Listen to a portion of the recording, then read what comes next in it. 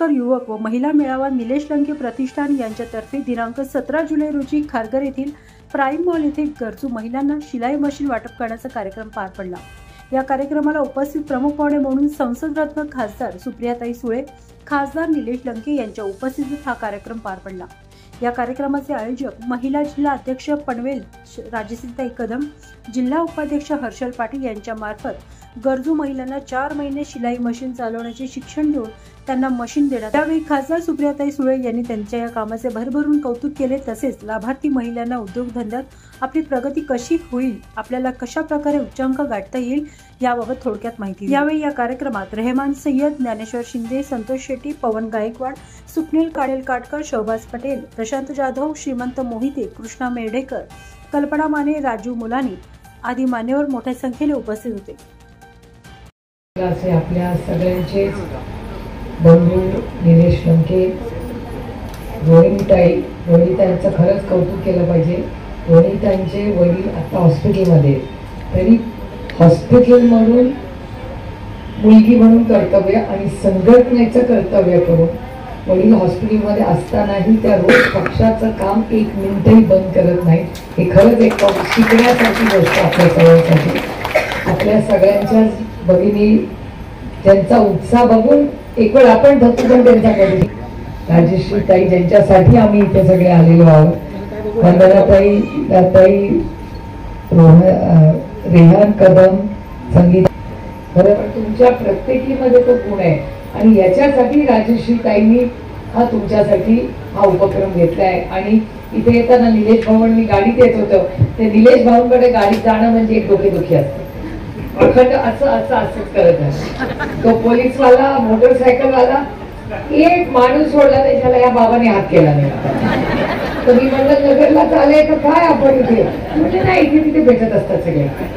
म्हणजे पनवेल जेवढे नगरकर निलेश लंकेंवर प्रेम करतात, तेवढेच खारघरवाल्यांचंही प्रेम निलेश लंकेंना मिळाले। निलेश लंके तुमचं भाग्य, तुम्हाला एवढं प्रेम देतात आणि तेही तेवढंच देतात। ताईंनी तुमच्यासाठी मशीन आणली, त्याचं घरामध्ये कपडे वाळत घालवायला वापरायचं नाही किंवा सामान ठेवायला वापरायचं नाही, त्याच्यात प्रयत्न करा। खूप नवीन आजकाल डिझाईन यायला लागली। मोठ्या संख्येने इथे महिला उपस्थित आहेत। हा जो उपक्रम आहे, मी निलेश दादांचे आभार व्यक्त करेन की त्यांनी आमच्या महिलांच्या हाताला रोजगार उपलब्ध व्हावा म्हणून टेम्पररी मदत न देता मशिनींच्या माध्यमातून आयुष्यभरासाठी हाताला रोजगार मिळेल ही व्यवस्था त्यांच्या प्रतिष्ठानच्या माध्यमातूून करण्याचा त्यांनी आम्हाला मदत सगळ्या माता भगिनींनी केलेली आहे। त्यासाठी मी प्रतिष्ठानचेही मनापासून आभार व्यक्त करेन।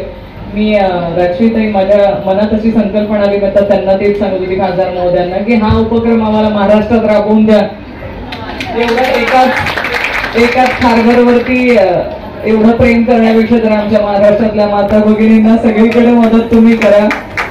आम्ही आहेतच तुमच्या मदतीला, कारण शेवटी महिलांना हाताला रोजगार हवा असतो। खऱ्या अर्थाने आमचा एक युवक सहकारी हर्षल आणि त्यांच्या बरोबरीने गेले 4 महिन्यापासून आमच्या राष्ट्रवादी महिलांच्या अध्यक्षा तुमच्या राजश्रीताई यांनी अतिशय चांगला उपक्रम या ठिकाणी केला आणि त्या शिलाई वाटप आणि शिलाईचा कोर्स या वाटपाच्या निमित्ताने आपल्या सर्वांच्या नेत्या, महाराष्ट्राच्या नव्हे पूर्ण देशाच्या रणरागिणी म्हणून ज्यांना ओळखलं जातं अशा आमच्या आदरणीय सुप्रियाताई, दुसऱ्या आमच्या महिलांच्या सर्व टीमला धन्यवाद देतो की अतिशय चांगला कार्यक्रम या ठिकाणी केलेला आहे। आमच्या माता भगिनी या कुटुंब प्रमुख झाल्या पाहिजे। या भावनेतून ही शिलाई वाटप, ते शिलाई वाटप नव्हे तर आपल्या मशीनचा कोर्स सुद्धा गेले 4 महिन्यापासून राबवला आणि अतिशय किचकट आहे। महिलांना कोर्स पासून मशीन वाटप या सगळ्या गोष्टी, आणि आता रोहिताईंनी सांगितलं की तुमचा हा व्यवसाय पाहायला आम्हाला आनंद वाटतो। आपल्या ह्या महिला कुटुंब प्रमुख झाल्या पाहिजे ही आम्हाला भावना महत्वाची आहे। म्हणून हे सामाजिक उपक्रम घेत असताना अनेक अडचणी असतात, पण शेवट समाजाचा आपण कोणीतरी देणं लागतो आणि समाजातील शेवटच्या थरापर्यंत आपण काहीतरी मदत केली पाहिजे। ह्या भावनेतून हा कार्यक्रम या ठिकाणी केलेला आहे। त्यामुळे निश्चित आमच्या सर्व कार्यकर्त्यांना धन्यवाद देतो आणि शुभेच्छा देतो आणि सर्व महिलांना, आमच्या भगिनींना सांगू इच्छितो की या मशीन घरी ठेवू नका, फक्त त्याचा काहीतरी आपल्या कुटुंबासाठी फायदा झाला पाहिजे.